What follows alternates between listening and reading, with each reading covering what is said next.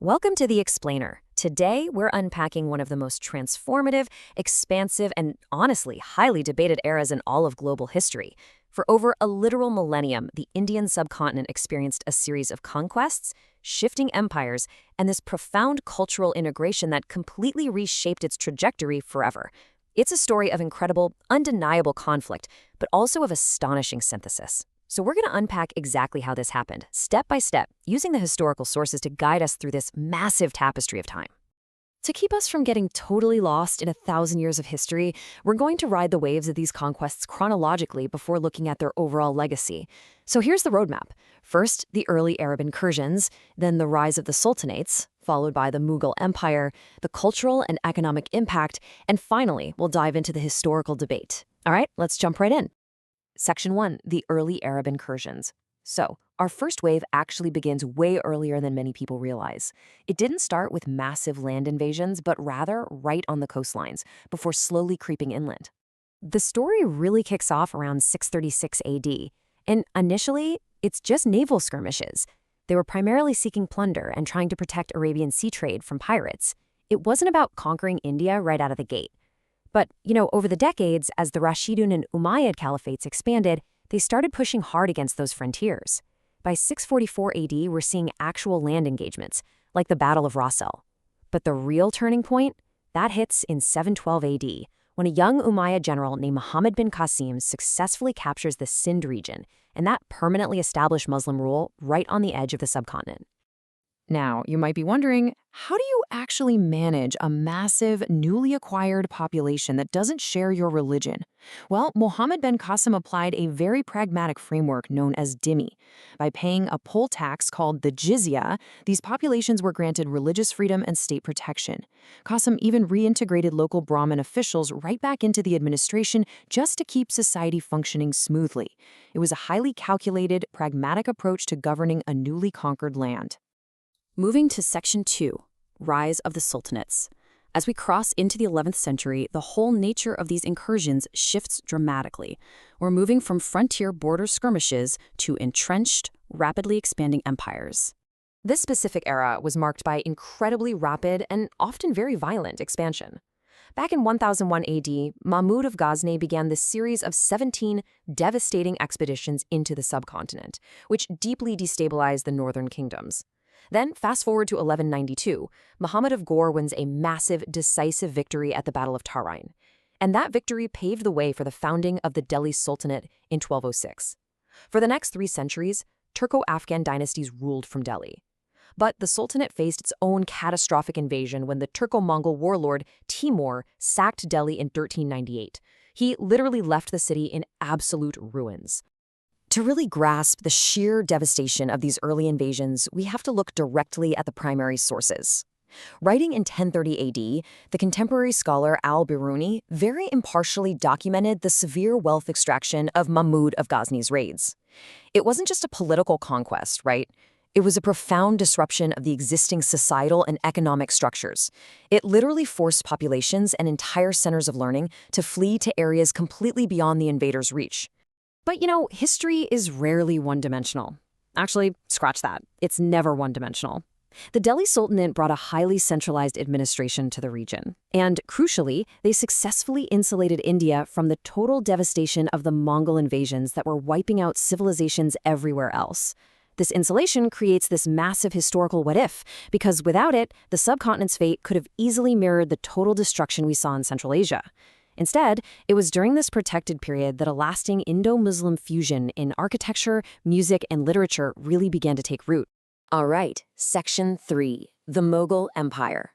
Following the eventual decline of the Delhi Sultanate, a brand new dynasty arrives on the scene, and they establish one of the most famous gunpowder empires in human history.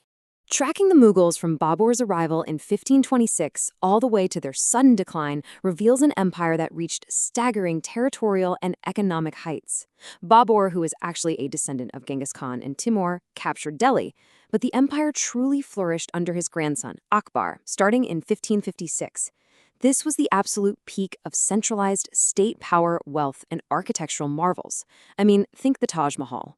However, skip ahead to the late 17th century and the empire reached its maximum territorial extent under Aurangzeb. But, crucially, it also sowed the very seeds of its own rapid downfall right after his death in 1707.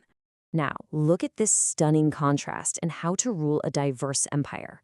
And remember, this is happening within the exact same dynasty. On one side, we have Akbar. He abolished the jizya tax, actively integrated Rajputs and other non-Muslims into his highest military ranks, and heavily stressed religious tolerance to win the goodwill of his subjects. But on the flip side, just a few generations later, Aurangzeb took a strictly orthodox approach. He reintroduced the tax, engaged in decades of bloody campaigns in the south, and ordered the destruction of Hindu temples associated with rival political power. Wildly different approaches. So what happens next? Well, Aurangzeb's decades-long military campaigns, particularly the Mughal Maratha Wars and constant Sikh uprisings, effectively bankrupted this massive empire. Millions of people died in wars and the subsequent famines. And when that central authority weakened, regional powers like the Maratha Empire, the Sikh Empire, and various Nawabs reclaimed their sovereignty. This massive fragmentation left the subcontinent deeply fractured, basically laying out a red carpet for European powers, specifically the British East India Company, to begin its sweep across India. Which brings us to Section 4, Cultural and Economic Impact. Stepping away from the timeline of emperors and wars for a second, let's examine the incredible thematic footprint left behind by these rulers. This era produced a mind-blowing synthesis. It permanently wove entirely new languages into the subcontinent, most notably Urdu, which beautifully blended local Sanskrit-based grammar with Persian, Turkish, and Arabic vocabulary. We see magnificent Indo-Persian architecture pop up everywhere. Economically, the subcontinent was plugged into a massive Sharia-based global trade network extending from Morocco all the way to Indonesia. Rulers built the Grand Trunk Road to facilitate this, and new manufacturing technologies were introduced in small factories known as karkhanas. The cultural and economic DNA of modern South Asia, it was literally being written right here. Finally, Section 5, the historical debate. To truly understand this explainer, we have to navigate the intense scholarly debate surrounding this 1,000-year period.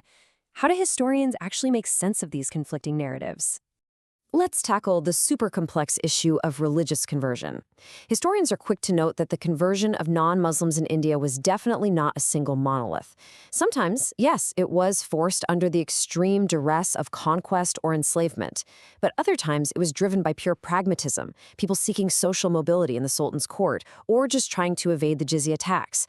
For many, particularly lower castes, it was a profound rejection of oppressive Hindu caste strictures, or even a genuine change of heart inspired by the peaceful teachings of Sufi saints. It was a deeply multifaceted sociocultural process that played out over centuries. Then, of course, there is the heavily debated topic of temple destruction. The historical records make it absolutely clear that countless temples were indeed destroyed or desecrated by invading armies and sultans.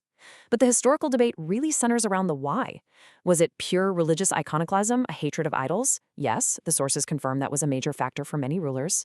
However, modern historians also point out that in medieval India, temples were the ultimate symbols of a king's sovereignty and wealth. So destroying them was also a calculated political strategy to completely dismantle the authority and the treasury of rival kings, which is actually a practice that even predated the Muslim conquests. So you can see why there is such a sharp academic divide here. On one hand, you have highly respected historians like Will Durant and Jadunath Sarkar who focus heavily on the undeniable violence, massacres, and systematic iconoclasm, literally calling it the bloodiest story in history. But right across from them, scholars like Audrey Trushke and Romila Thapar argue that looking only through the lens of continuous religious persecution completely ignores the vast periods of peaceful coexistence, shared governance, and incredible cultural patronage. As an explainer of these sources, my job isn't to tell you who is right or to pick a side.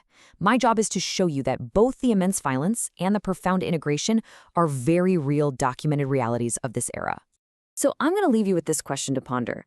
How does a millennium of both brutal conflict and profound cultural synthesis shape the modern Indian subcontinent today? Because you simply cannot separate the modern subcontinent from this legacy. From the languages spoken on the streets of Delhi and Lahore today, to the architecture of the Taj Mahal, all the way to the ongoing political discourses, this tapestry is still vividly on display. Thank you so much for exploring this history with me. Stay curious and keep digging into the sources.